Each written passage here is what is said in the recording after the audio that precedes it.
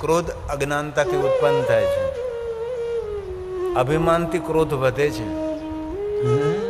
તેથી નારદજી, ક્રોધ એ મનુષ્ય જાતિનો મોટો શત્રુ છે. ક્રોધ એ મનુષ્યને કલંકિત કરે છે. નારદજી, ભગવાન વિષ્ણુજી નારદજીને સમજાવે છે કે નારદ, ડાયા માણસે, સજ્જન માણસે, જ્ઞાની માણસે, વિદ્વાન માણસે ક્રોધ નહીં કરવો જોઈએ. કારણ કે ક્રોધને કટુ શબ્દો સાથે ઘનિષ્ઠ સંબંધ હોય છે.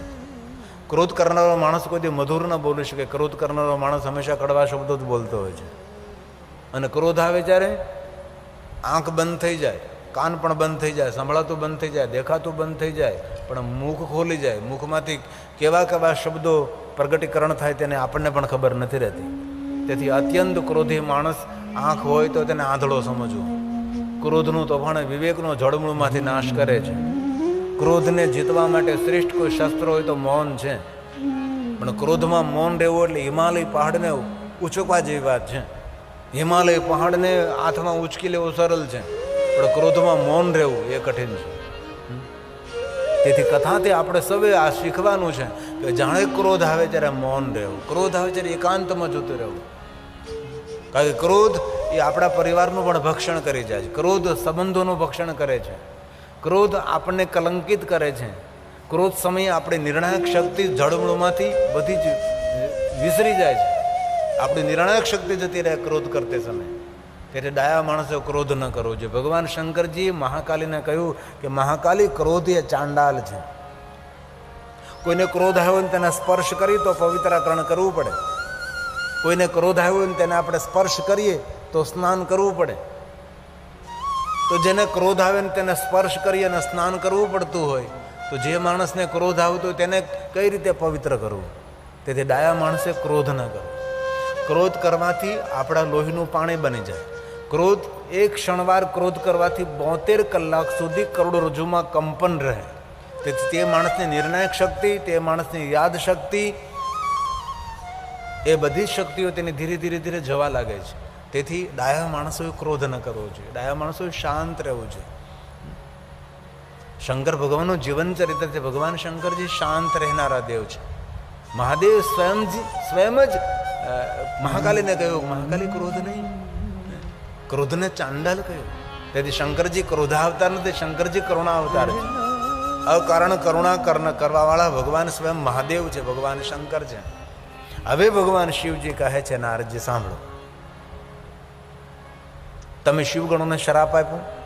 નારદજી કહે હા. તો બીજાને શ્રાપ આપવાથી આપણા પુણ્યનો ક્ષય થાય. કોઈને આપણે જ્યારે શ્રાપ આપીએ ત્યારે આપણું જેટલું પુણ્ય હોય એ પુણ્યનો વ્યય થાય અને પુણ્ય આપણું જતું રહે. એટલે સંતાપ, ચિંતા, ઉદ્વેગ, ભય, આવું બધું આપણને તેની અનુભૂતિ થવા લાગે. તેથી નારદજી થોડુંક દુઃખ સહન કરી લેવું, થોડા પાછા પગલાં ભરી લેવા. નારદજી થોડું સહન કરી લેવું, પરંતુ નારદજી કોઈને શ્રાપ ના આપવો જોઈએ. કારણ કે શ્રાપ આપવાથી પુણ્યનો ક્ષય થાય. તમે કેવું તપ કર્યું હતું નારદજી? તમારા તપનો સર્વલોકમાં જય જયકાર થતો હતો. નારદજી, તમે શ્રાપ આપ્યો, તમારું પુણ્ય જતું રહ્યું, તેથી તમારા હૃદયમાં સંતાપ જાગ્યો છે. હવે નારદજી કહે છે ભગવાન વિષ્ણુજીને કે વિષ્ણુ ભગવાન, હવે આ સંતાપમાંથી છૂટવા માટે મારે શું કરવું જોઈએ? હવે ભગવાન વિષ્ણુ કહે છે, નારદજી, સંતાપમાંથી છૂટવા માટે તો એક જ રસ્તો છે, ભગવાન શિવનું ભજન કરો. મહાદેવનું ભજન કરવાથી માણસ સંતાપમાંથી છૂટી જાય. જપ હો જાય શંકર સતનામ. શિવજીનું ભજન કરવાથી માણસને વિશ્રામ મળે છે. રામચરિત માનસને ચોપાય છે અને લોક પ્રસિદ્ધ છે, લોકમુખે ગવાય છે, વારંવાર સાંભળ્યું છે. આ ચોપાય નથી, આપણા માટે મહામંત્ર છે કે ક્યારેય હૃદયમાં સંતાપ, ઉદ્વેગ, ભય, ચિંતાના આવરણો આવે ત્યારે શિવનું ભજન કરવું. અને વિષ્ણુ ભગવાનનું મધુર વાક્ય છે, જપ જાય શંકર સતનામ. શિવજીનું ભજન કરનાર માણસને શાંતિ થાય. અને મહાદેવ શાંતિનો દાતા છે. અને આ દુનિયામાં શિવના ભજન વગર કોઈને શાંતિ મળી નથી અને મળવાની પણ નથી. શાંતિ સ્થાની વિના નહીં. મહાદેવના ભજન વગર કોને શાંતિ મળે છે? જે માણસે શાંતિની ખોજ હોય તેને શિવનું ભજન વધારે કરવું, મહાદેવને યાદ કરવા. તો તેને શાંતિની અનુભૂતિ થાય. આ રામચરિત માનસ તુલસીનો પ્રસાદ છે. બધી જ વાતો જીવનમાં સંગ્રહી રાખવાની.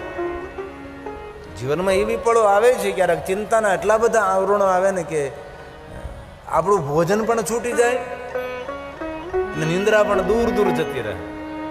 ત્યારે શું કરવું? માણસે શિવનું ભજન કરવું જોઈએ. શિવનું ભજન કરવાથી માણસને અશાંતિ દૂર થાય છે. શિવનું ભજન કરવાથી માણસ ચિંતામાંથી મુક્ત બની શકે છે. કારણ કે શંકરજી દરેક માર્ગમાં મુક્તિના દેવતા છે. ભગવાન વિષ્ણુજી નારદને કહે છે, નારદ, મનને શાંત કરવા માટે હું તમને 3 ઉપાય બતાવું છું. મન કેવી રીતે શાંત થાય? જેનો સ્વભાવ ઉગ્ર હોય, જેનો સ્વભાવ જલત હોય, અને જલત સ્વભાવ ને ઉગ્ર સ્વભાવ એ મંદ બુદ્ધિનું એક પ્રતીક છે. જેનામાં બુદ્ધિનો અભાવ હોય, જ્ઞાનનો અભાવ હોય, વિદ્યાનો અભાવ હોય, તેનો સ્વભાવ બહુ જલત હોય, તેનો સ્વભાવ ઉગ્ર હોય છે. તે ઉગ્રતા એ મૂર્ખતા પણ છે. નમ્રતા એ શ્રેષ્ઠ જ્ઞાનનો એક પાઠ છે. માણસે નમ્ર રહેવું, વિનમ્ર રહેવું, શાંત રહેવું, મધુર ભાષી, વ્યવહારથી માણસ કુશળ, આ બધી ભગવાન શિવની કૃપા હોય તો થાય. તેથી ભગવાન વિષ્ણુજી નારદજીને 3 માર્ગો દેખાડે છે. મનને શાંત કરવા માટે પહેલા શું કરવું જોઈએ? વિષ્ણુજી બોલ્યા છે, આપાદમસ્તકં સમ્યગ વિષ્ણુ સ્વયં બોલે છે,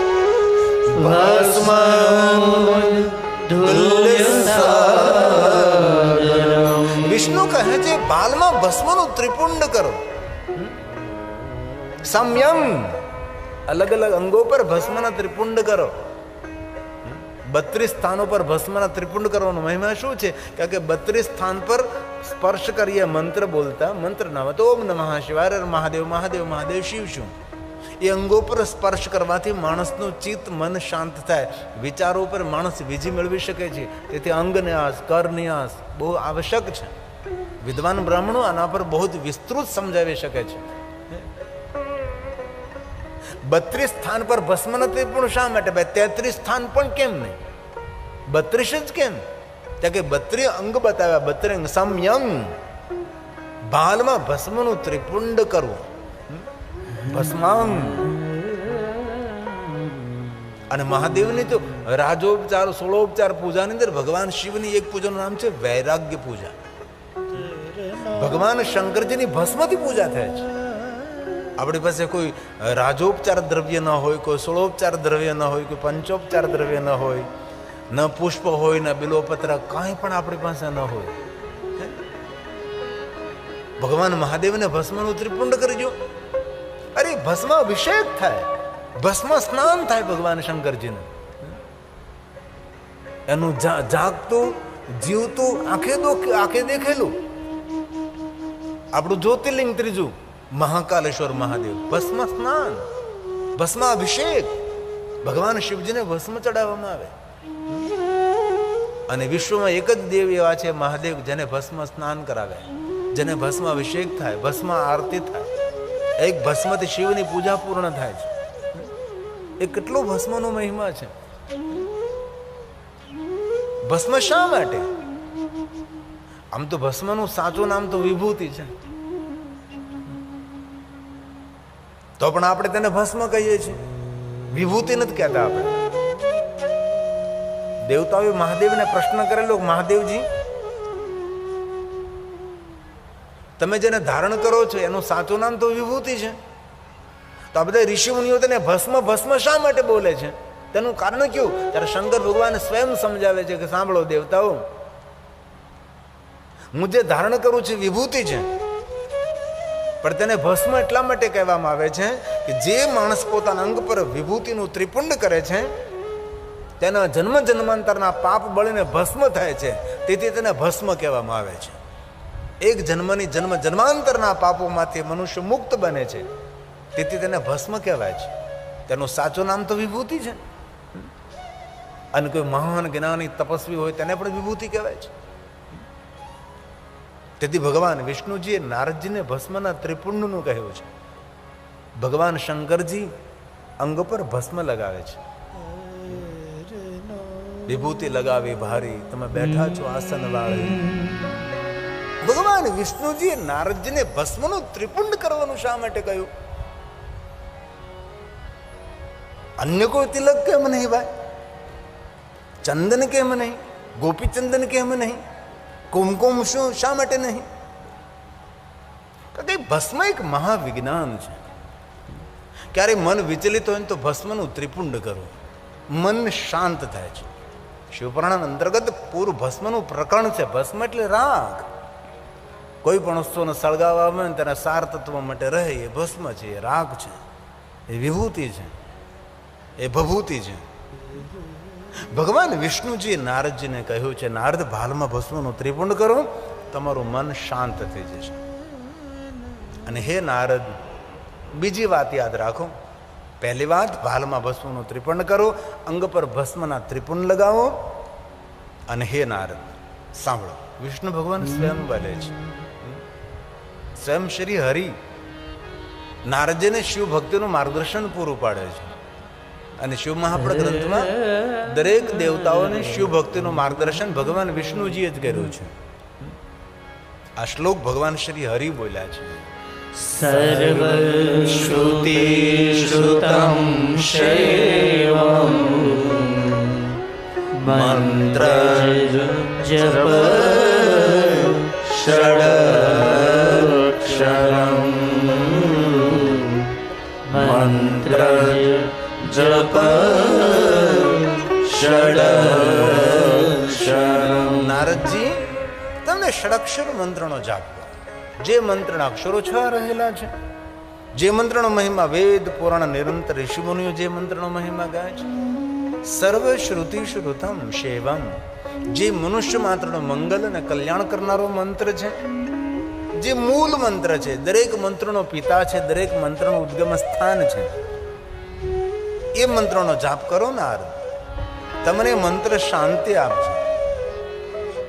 જેને આપણે આદિ મંત્ર, મૂળ મંત્ર, મહામંત્ર, શ્રેષ્ઠ મંત્ર, સર્વોપરી મંત્ર, મંત્રોનો પણ મંત્ર, દરેક મંત્રનો ઉદ્ગમ સ્થાન, દરેક મંત્રનો જન્મસ્થાન, જે મૂળ મંત્ર છે. નારદજી કહે છે ભગવાન વિષ્ણુ, જે મૂળ મંત્ર છે, આદિ મંત્ર, તે શ્રેષ્ઠ મંત્ર છે, દરેક મંત્રનો પિતા છે, જેનો મહિમા દરેક વેદ ગાય છે, સર્વ શ્રુતિ જેનો મહિમા ગાય. શ્રુતમ શૈવમ, જે કલ્યાણ કરનારો છે, એ મંત્રનો જાપ કરો. જે મંત્રના અક્ષરો 6 રહેલા છે, એવા અનેક મંત્રો છે જેના અક્ષરો 6 રહેલા છે. પણ એ મંત્રનો મહિમા